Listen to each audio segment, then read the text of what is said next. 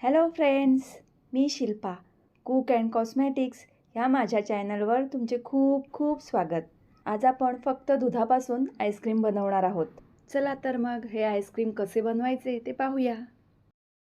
इथे मी 1 लिटर फुल क्रीम दूध घेतले आहे. हे दूध आपण उकळवायला ठेवूया.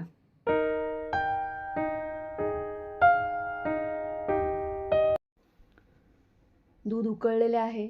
त्यावर येणारी साय आपण चमच्याने मोडून घेऊया. आता ह्यामध्ये पाव कप काजू बदामची पावडर घालूया.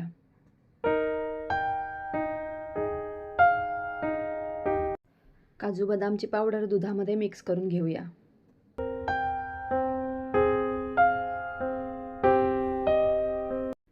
टेन टेबलस्पून साखर घालूया. साखरेचे प्रमाण तुम्ही तुमच्या आवडीनुसार कमी जास्त करू शकता. साखर मंद गॅसवर दुधामध्ये विरघळून घेऊया. साखर दुधामध्ये विरघळलेली आहे.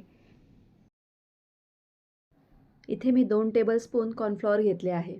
त्यामध्ये थोडं दूध घालूया आणि याची पेस्ट बनवून घेऊया.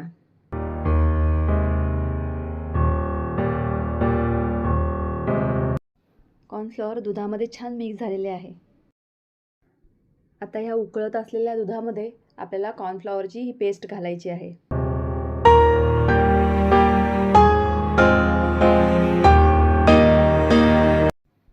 कॉर्नफ्लॉवर दुधामध्ये घालत असताना गॅसची फ्लेम मंद ठेवावी. कॉर्नफ्लॉवर दुधामध्ये मिक्स करून घेऊया.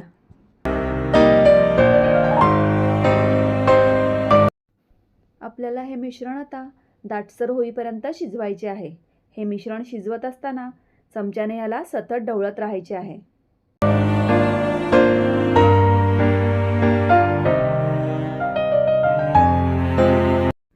वेलची पूड घालूया. वेलची पूड मिश्रणामध्ये मिक्स करून घेऊया.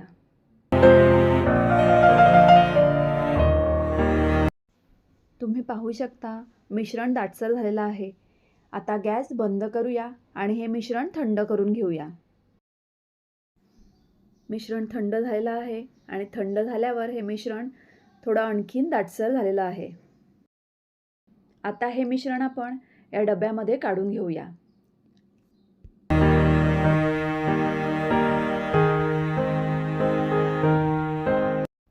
वरून थोडा सुकामेवा घालूया. या डब्याला झाकण लावून 7 ते 8 तास किंवा आईस्क्रीम सेट होईपर्यंत हे मिश्रण फ्रीझरमध्ये ठेवून देऊया. मी हे मिश्रण रात्रभर फ्रीझरमध्ये ठेवले होते.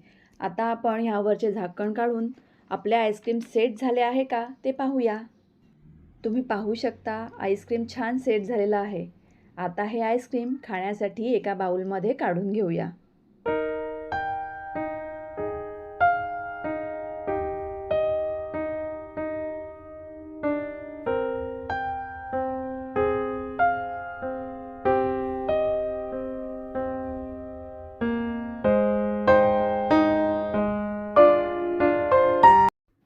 आता आपले थंडगार असे आईस्क्रीम खाण्यासाठी तयार आहे.